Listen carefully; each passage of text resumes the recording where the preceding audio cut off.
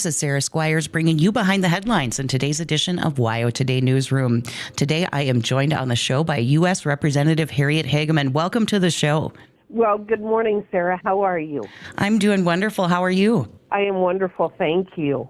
Busy time up on Capitol Hill. Representative Hageman with this government shutdown that's dragged on here for sounds like the longest in U.S. history, but we may see a breaking point here. Can you tell us what's the latest going on in D.C. with the government shutdown?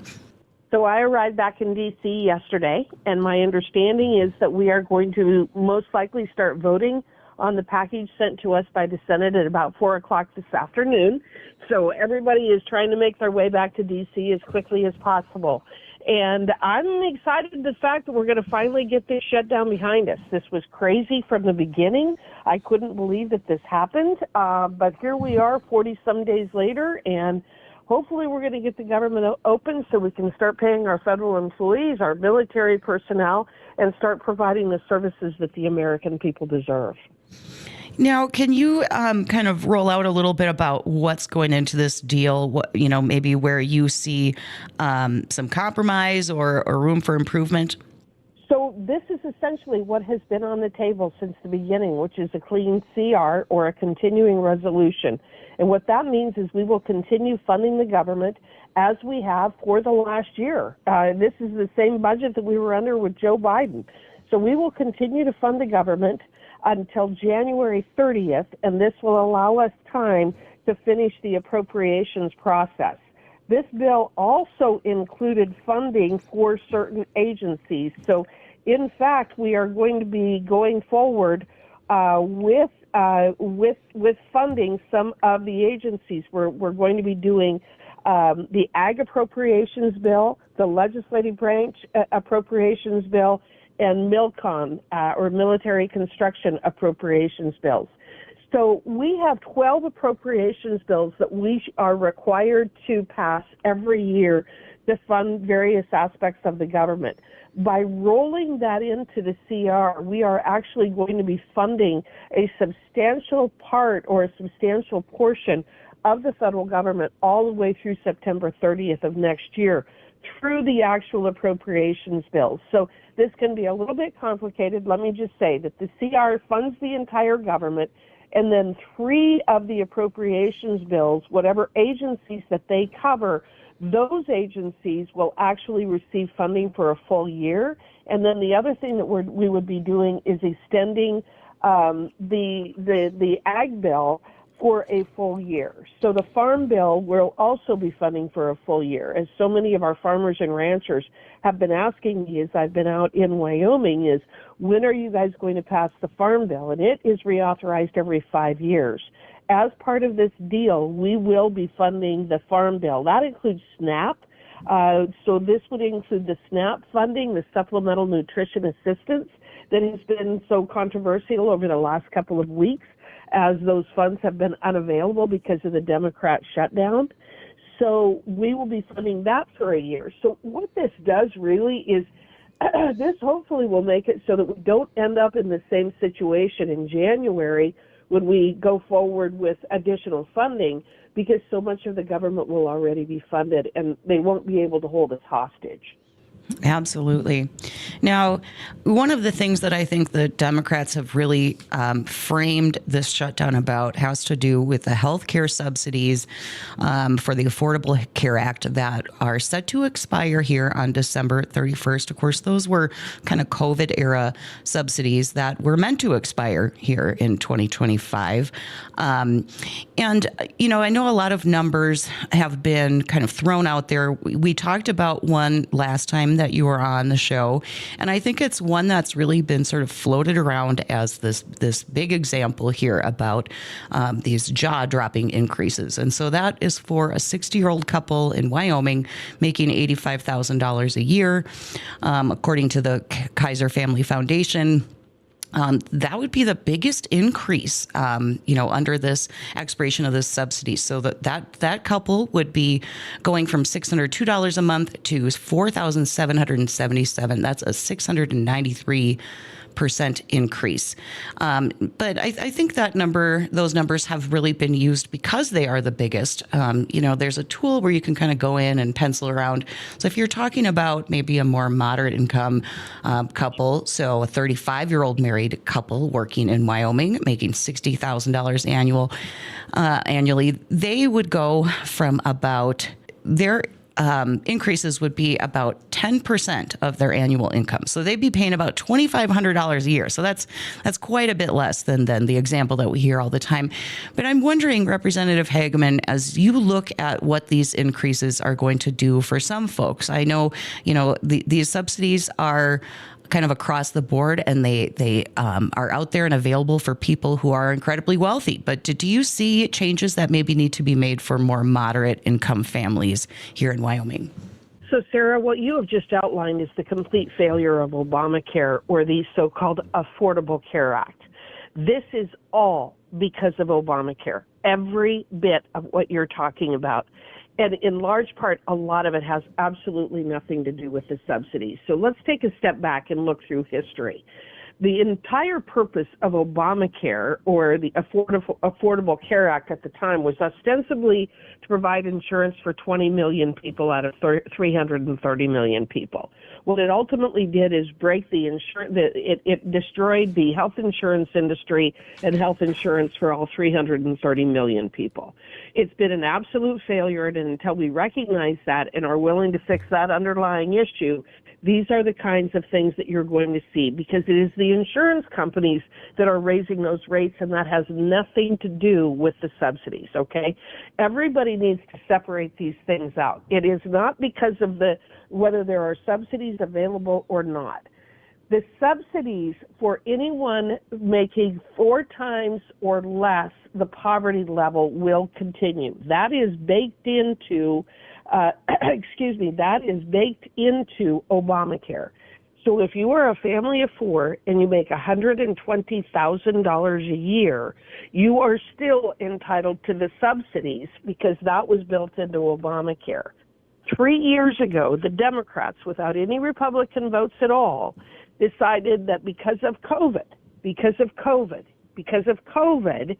they were going to make it so that you could have unlimited income and you would be entitled to Obamacare subsidies. So you could be a millionaire. You could be a millionaire and you would be entitled to Obamacare subsidies.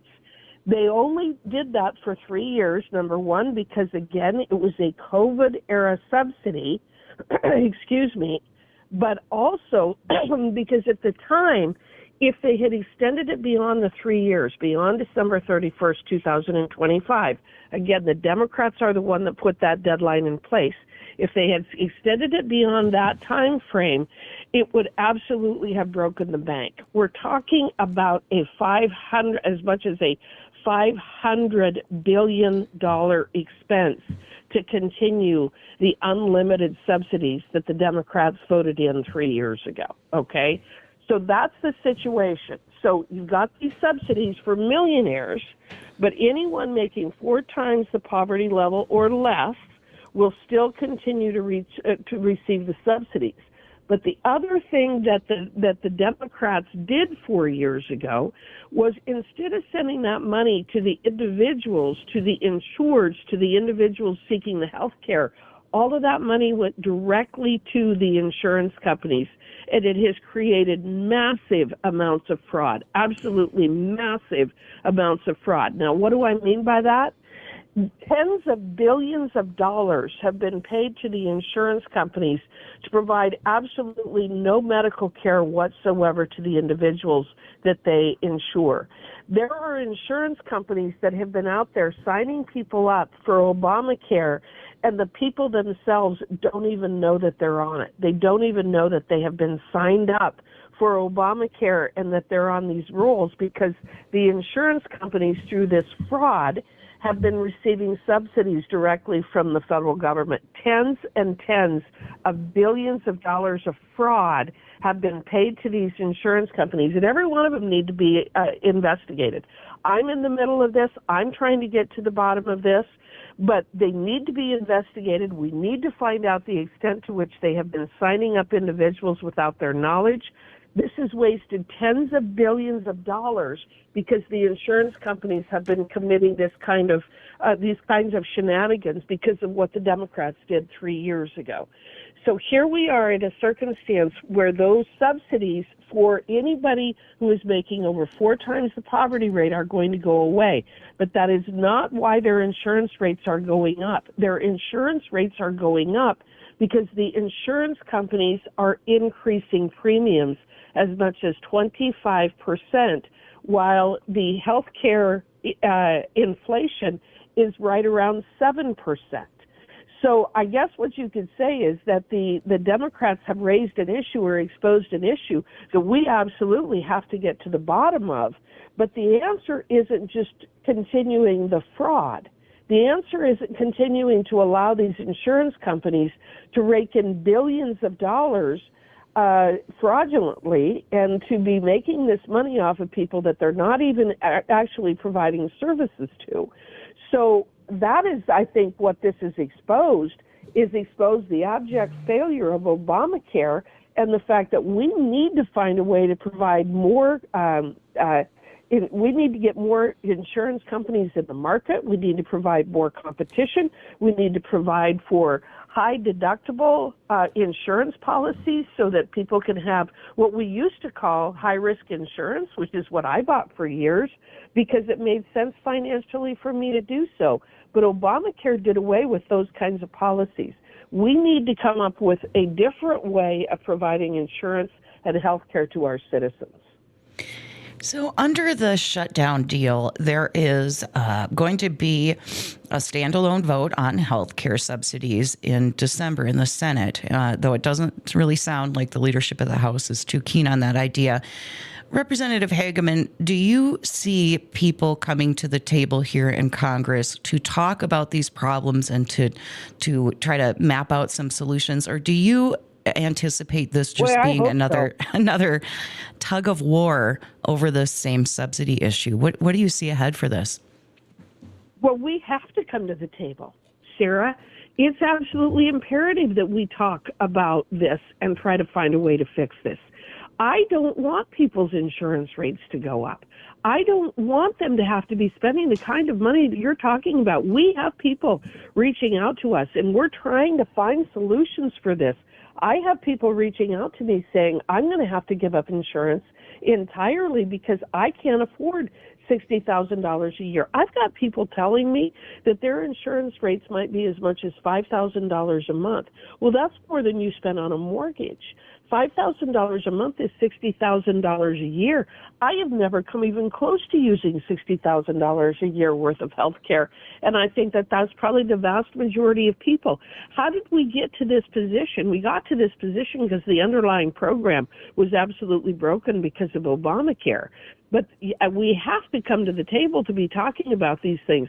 Simply continuing the subsidies and continuing the fraud associated with this program doesn't provide a solution, Sarah. We could actually continue the subsidies tomorrow. People are still going to see substantial increases in their insurance rates because the insurance companies are increasing the rates, despite the fact that the inflation for healthcare is not nearly what they're spiking the rates for. Yeah, it is absolutely a really complicated problem, but I think you really cut to the heart of the issue here, and I think folks here back home, we've experienced some hardships through this shutdown. There are, families, federal workers who haven't been paid, there, SNAP benefits. There are all kinds of issues that people are feeling on the ground here.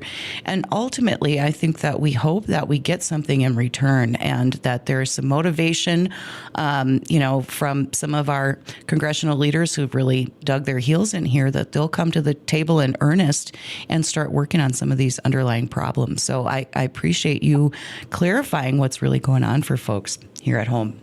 I absolutely want to come to the table and start finding solutions for this. And one of the problems that we've had, though, Sarah, is every time that we discuss this, every time we discuss that we need to fix Obamacare, the reaction from the Democrats is that we're trying to throw grandma off the cliff, that we're trying to destroy everybody's health care.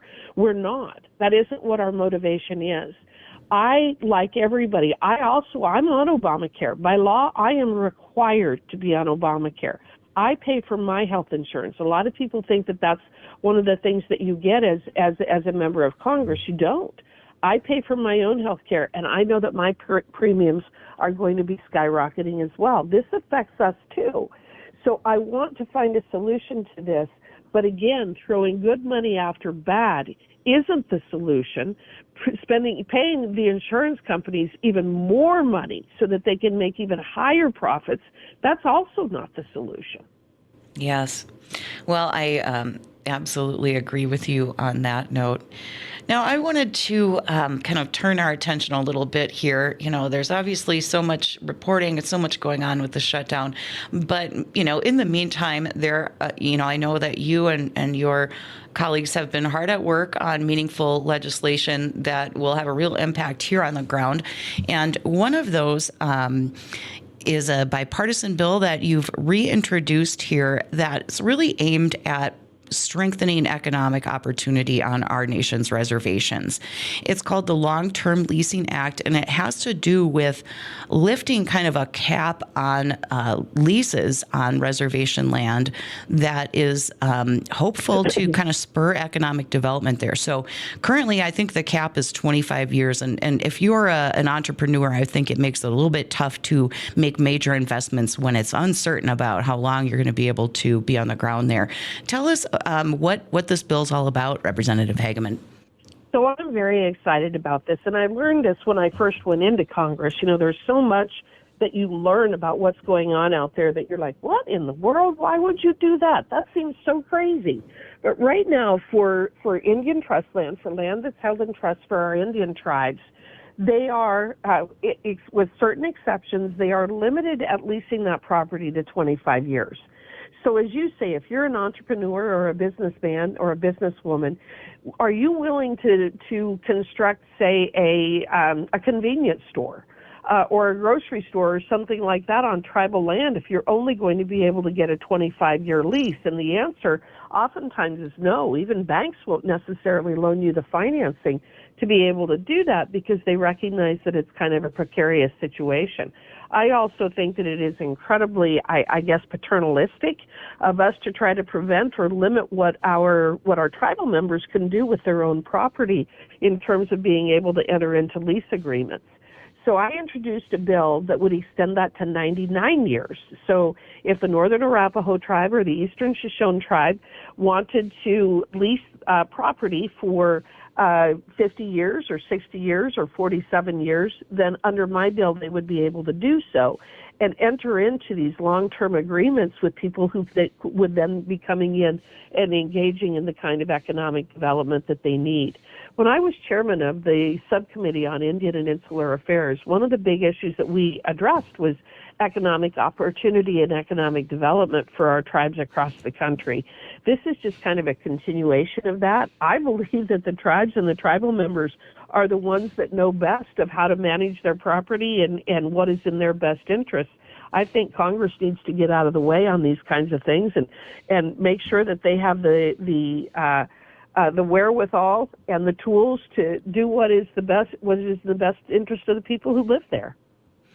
Yeah, I'm really excited about this. Here in Wyoming on the Wind River Reservation, we've got a number of entities that have gotten some really big grant awards that are aimed at development. So, we are seeing some progress made there. And always, I think the hope is that when we make those kinds of investments, that will spur more development. So I think we're really poised to see some growth on the reservation here. And I think that this bill will really help make that happen. It has in other areas. So under the current plan, if you were the Eastern Shoshone, you would actually have to come to Congress and seek permission to lease your land for, say, 75 years.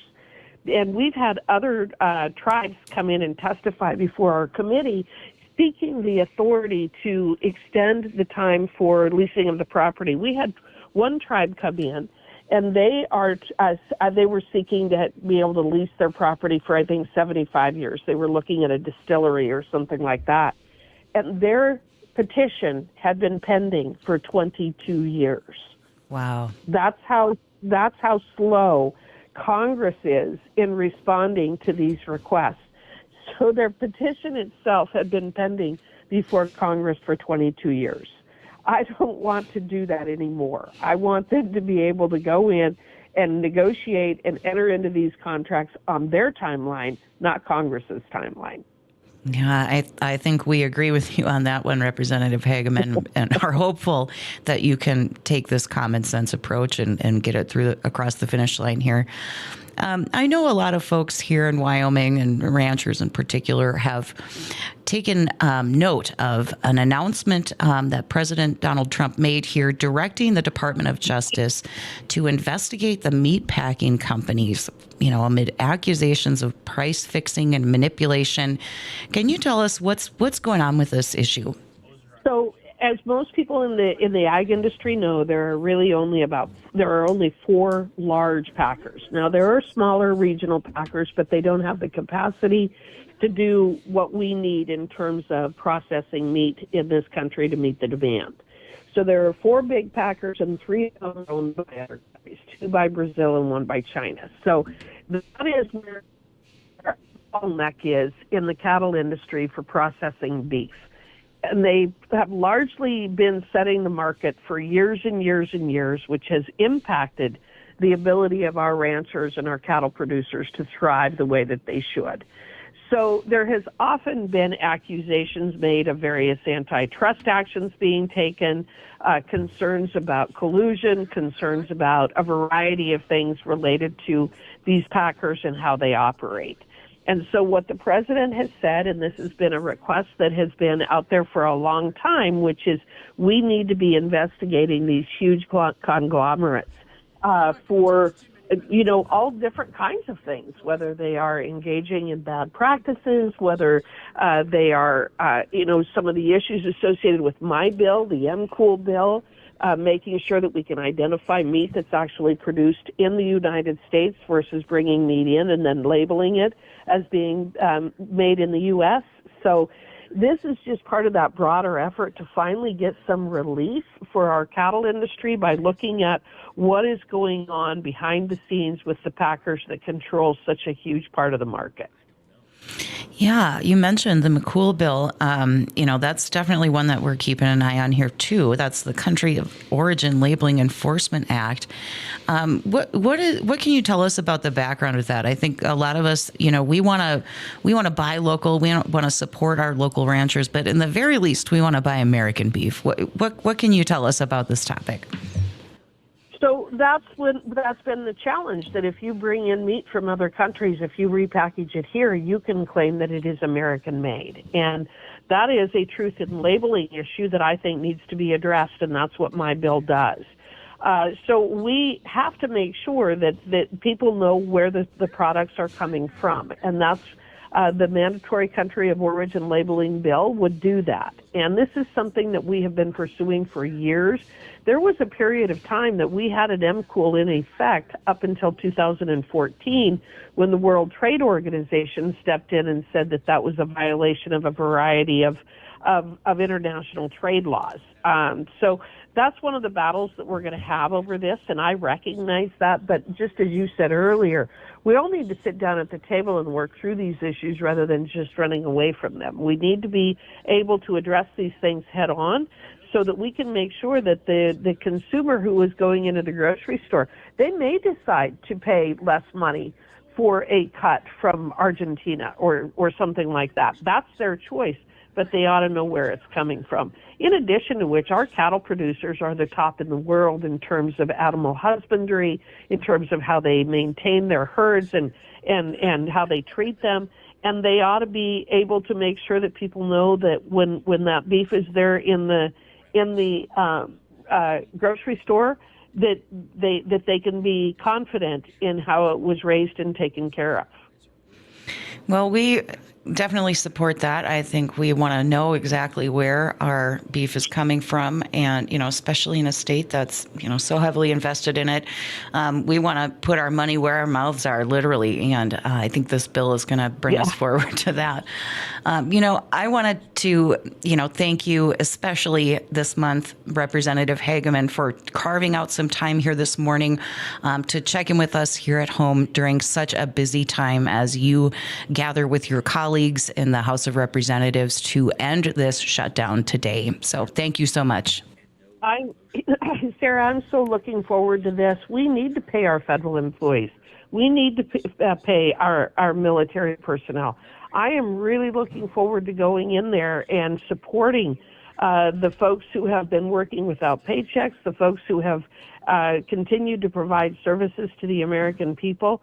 I'm very proud of the work that they've done. I'm proud of my own staff and the work that they've done. They've all continued working during this, and I appreciate everyone who's been willing to stay on the line and do what we need to do to provide services to the American people. Absolutely. Well, we join you in that measure of gratefulness for the folks who've really stepped up to the plate during this tough time. And as always, thank you so much for the work you're doing on behalf of us here in Wyoming. Thank you, Sarah. Talk to you soon. All righty. Thanks.